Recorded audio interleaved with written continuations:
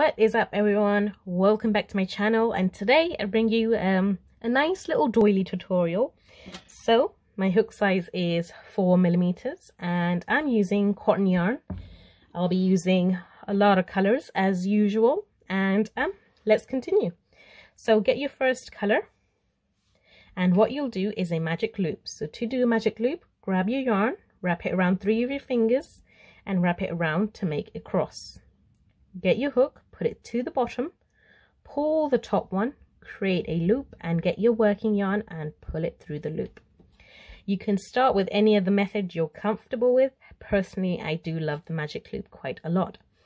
So to start, chain 3, and we're just going to be working 12 double crochets into here. So we're going to count that chain 3 as 1. So that's 2, 3, 4. So go around till you have a total of 12, and I'll meet you at the end. When you've done your 12, pull this to close the magic loop, and then let's end this round. So the chain 3 you did, let's ignore that and go on top of the first double crochet you did. You should have a V shape when you put your hook. It's right at the top. It's one of these. Right? So I'm going to put my hook through there and make a slip stitch. That's the end of our first round. So I'm going to cut our yarn, pull it through. Only do this if you're changing colors, by the way, which I am. I love my work being super colorful. I'm going to pull it to the back of the work. So in the next round, you're going to do 12 double crochets. So that's basically an increase, and we're going to do the increases in these bits here, right?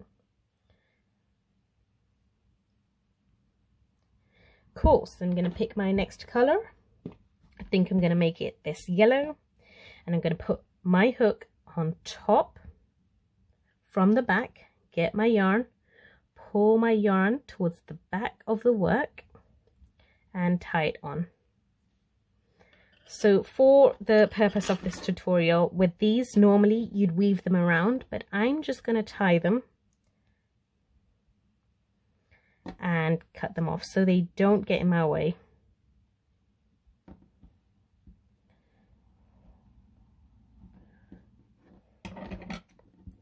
Right, so for the next round, it's just 2 double crochets in each of these areas. So we should have 24 by the end of it. Put your hook in there. To start, chain 3. And in the same space, go ahead and do another double crochet. In the next space, which is here, do another 2 double crochets. Right, so keep going until you have 24. I'm just going to demonstrate this one more time. And then in the next, another 2, right? I'll see you at the end when I have 24. So I'm coming to the end of my round. I've got 23 and now 24. So what we're going to do, is the chain 3 we did here, we're sort of going to ignore that, and we're going to go on top of the double crochet we did, the first double crochet. Put your hook through the top and do a slip stitch. Perfect. When you've done that, cut your yarn. Remember to leave enough to weave in. Go to the back in the same space and pull that yarn to the back for a neater appearance. Now let's move on to round 3, but first I'm just going to quickly, right, so to start, after you've tied your next color on, we're going to chain 3. 1, 2, 3. Go ahead, and in the next one, do a double crochet. And now you will chain 2. Let's go for 3 actually. Let's chain 3. And then in the next one, do 1 double crochet. And then in the next one, do 1 double crochet. And in between, chain 3. 1, 2, 3. In the next one, do 1 double crochet, and then in the next one, do 1 double crochet, chain 3, 1, 2, 3. In the next one, do 1 double crochet. In the next one, do 1 double crochet, and then in between, chain 3, 1, 2, 3. So do you see what we're doing here? We're doing 2 double crochets, chain 3, 2 double crochets, chain 3, 2 double crochets, chain 3, 2 double crochets, chain 3. Do that all the way around and I'll meet you at the end. Right, so I'm getting to the end of the round. I've done my 23rd and I'm going to do my 24th. So make sure you have 24 of these double crochets and chain 3. And when you've done that, go ahead into the top. So forget this chain 3, go into the first double crochet, the top of the first double crochet, and do a slip stitch. That is the end of this round. So I'm just gonna cut my yarn, pull this to the front, go to the back and pull it to the back, just so it's nice and neat, and then we can move on to our next round. So let me sort this out and I'll come back with what we do in the next round. So by the end of this round, you should have something like looks like this, and then get your final color and put it in any of these big areas. So I'm going to go here, put my yarn, pull it through the back of the work, tie it on. So what we're going to do is we're going to do 6 double crochets in each. However, our beginning one, we're only going to do 5. And that last 6th one for the beginning, we're going to add it right to the end, so it gives us a seamless shell look. Okay, so to start this round, go ahead and chain 3. So 1, 2, and 3. This counts as 1 double crochet. So let's go ahead and add 5. 1, 2, 3, 4, and 5. So we've got our 5 in there. We're going to add our 6th one right at the end.